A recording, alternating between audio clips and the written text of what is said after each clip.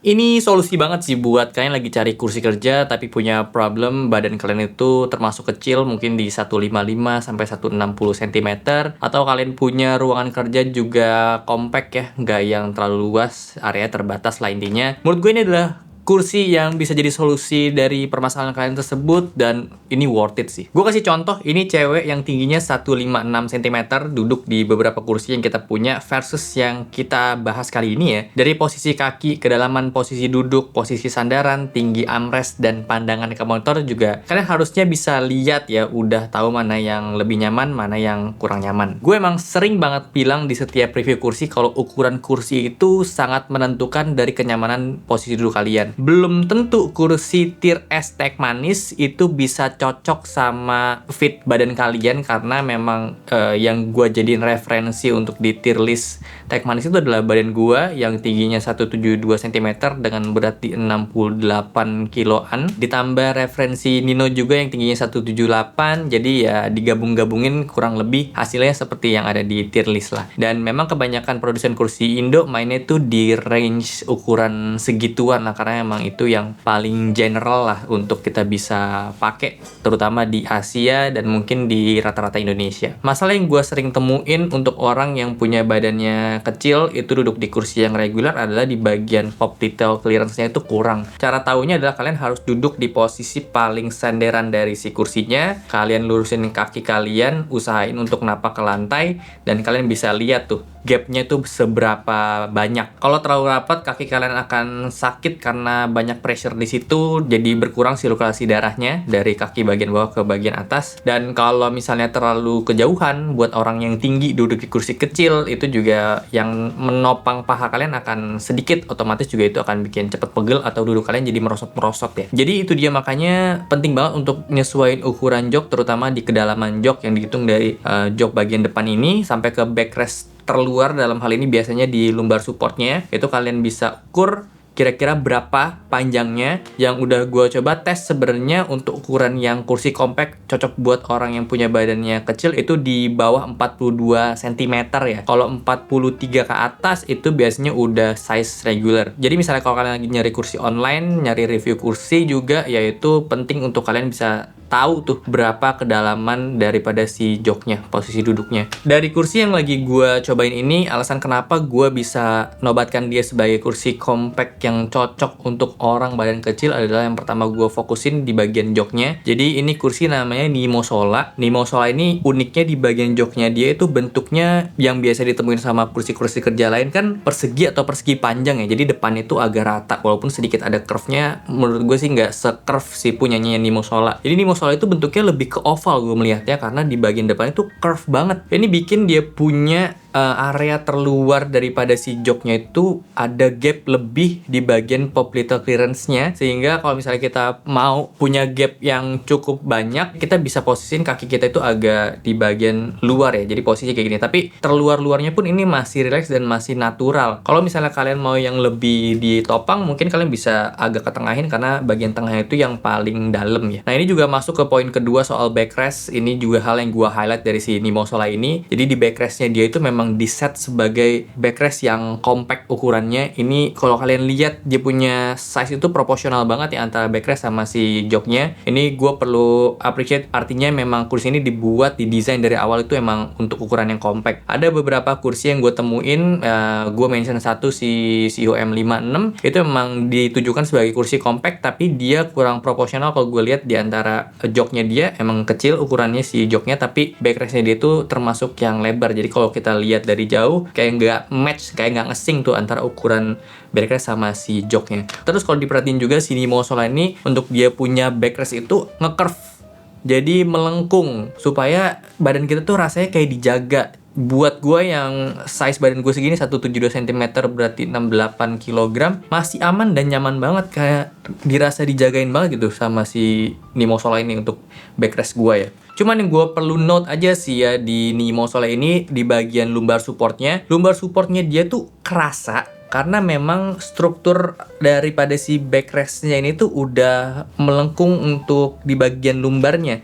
Jadi memang dedicated lumbar itu udah ada dari si rangka daripada backrestnya, dan ini kerasa di gua nyaman. Persoalannya tuh dia punya tambahan si lumbar support lagi yang di belakang sini, yang harusnya itu bisa jadi bantuan kalau misalnya kita mau dapetin lumbar support yang lebih nampol lagi. Tapi di sini kurang kerasa sih ya, justru kurang berguna sih menurut gua, karena jadi agak useless ya. Menurut gua tanpa harus ada ini pun udah nyaman. Kalau mau ada ini ya harusnya di-update di bagian si lumbar supportnya ini. Udah dibikin kayak si Nemo XL itu udah enak banget sih menurut gua. Fatnya tebel dan kerasa. Tapi ya again dia punya lumbar support buat gua itu udah nyaman banget. Kalau kalian punya preferensi yang nggak terlalu suka lumbar support nampol sampai maju ke depan, ini sudah cukup banget ya. Yang ketiga itu soal armrest. Ini juga penting buat kursi compact. Kalau armrestnya terlalu pendek itu kurang nyaman, jadi harus pas atau bahkan bisa tinggi. Nah di sini Mosola ini tingginya tinggi banget sih ya. Gue juga punya hitungan sendiri untuk tahu tinggi armrest yang nyaman itu seberapa tinggi. Minimal banget itu di 22 cm,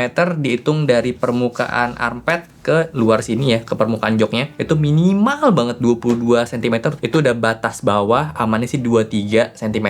Dan kalau tingginya sih ya semakin bisa tinggi sebenarnya bagus ya, tapi mungkin ideal di nggak nyampe lebih dari 30 cm lah. Nah si Nemo Sola ini tuh di 27 cm kalau gue ukur.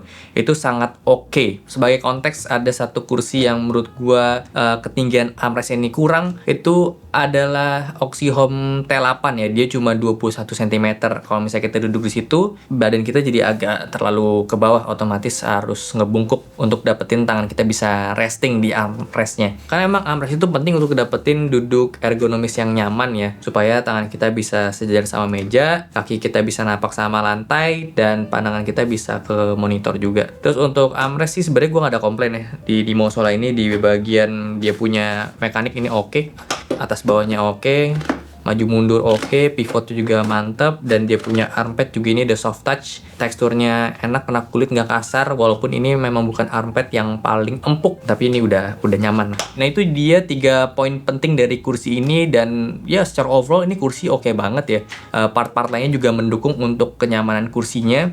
Tapi ada satu hal yang perlu dicatat banget dari kursi ini, dan ini juga berpengaruh terhadap keputusan kalian untuk pilih varian yang mana nantinya. Nanti gue akan kumpulin aja di akhir, tapi gue mau bahas dulu di bagian mekaniknya dia. Untuk kursi yang harga 2 jutaan ini dia udah sinkronus, cocok kalau misalnya kalian mau kerjanya agak santai, karena ini kan sebenarnya kursi karakternya itu upright atau tegak. Jadi di level pertama aja tuh udah tegak banget, dan gue sih suka sama karakter duduk di kursi kayak gini ya. Preferensi gue emang upright, tapi kalau misalnya kalian emang yang lebih suka hybrid, mau upright tapi kadang mau yang leaning backward juga, saran gue sih lock aja di level 2. Kalau di level 3 ini kurang nyaman, karena memang dia punya sistem daripada si armrest ini tuh nyatu sama joknya, bukan ke sandaran. Jadi kalau misalnya kita pakai di level 3, tangan kita tuh jadi agak awkward lah ya, nggak ada yang nopang gitu, restingnya agak bingung gimana. Kalau di level 2 ini bisa di set ke paling belakang aja armpitnya, terus kita masih bisa main handphone atau mau kerja, ini juga masih nyaman. Next ada di gas lift. Di sini level 3 ya gas liftnya. Kalau ada yang tanya kenapa nggak level 4 aja,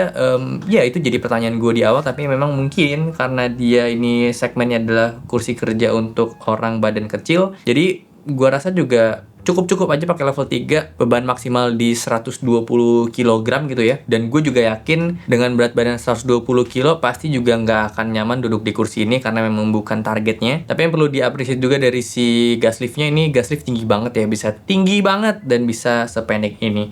Pentingnya kursi yang punya gas lift tinggi itu kalau misalnya di rumah kalian sudah punya meja kerja yang tidak bisa di-adjust naik turun, dan mungkin tinggi meja kalian itu di 80 cm ya, yang dimana tuh sebenarnya kurang direkomendasiin ya. Gue rekomendasiin 72 lah, 72 sampai 75 itu ideal. Tapi kalau sudah terlanjur punya tinggi meja seperti itu ya masih bisa di-achieve sama kursi ini, karena masih bisa adjust ke tinggi maksimal kursinya, duduknya bisa sejajar meja, jangan armrest sejajar meja juga, pandangan ke monitor lurus, tapi memang kaki kalian akan gantung. Ini mau gimana juga karena memang udah salah dari mejanya. Nah kalau kalian kakinya gantung, itu kalian bisa pakai footrest lagi kayak bantal di bawah yang gue punya ini. Soal rangka juga ini solid banget ya. Gue nggak ada nemuin cracking atau creaking atau bunyi-bunyi aneh, rigid banget. Jadi gue perlu appreciate ini juga. Rangkanya dia pakai nylon molded semuanya, konsisten warnanya, gue nggak ada masalah, nggak ada komplain. Sampai di bagian bawah wheelbase juga ini nylon molded. Terus gue juga bahas si caster wheelnya, harus ya ini sangat-sangat smooth, nggak ada suaranya, silent dan licin banget, enak, mantap, no komplain lah pokoknya soal build quality-nya. Nah, yang perlu gue catat itu pertama ada di bagian headrest.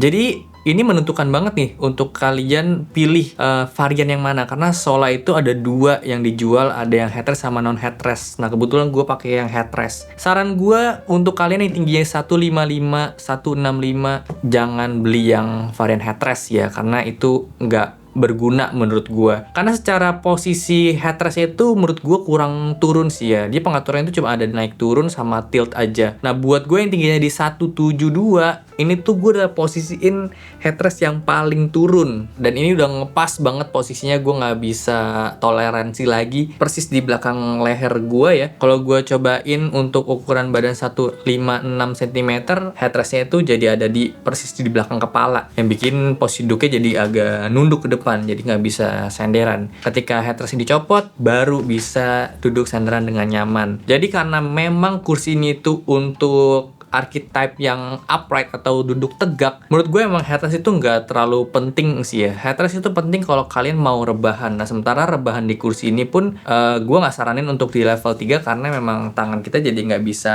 resting ya. Kalau untuk di level 2 aja tanpa headrest, menurut gue juga itu masih sangat nyaman. Ya, saran gue kalau kalian tingginya itu under 170 lah, nggak usah pilih yang varian headrest sih ya. Jadi pilih yang varian biasa aja, selain memang harganya lebih budget dan secara fungsi juga itu lebih berguna, lebih kepake, lebih tepat.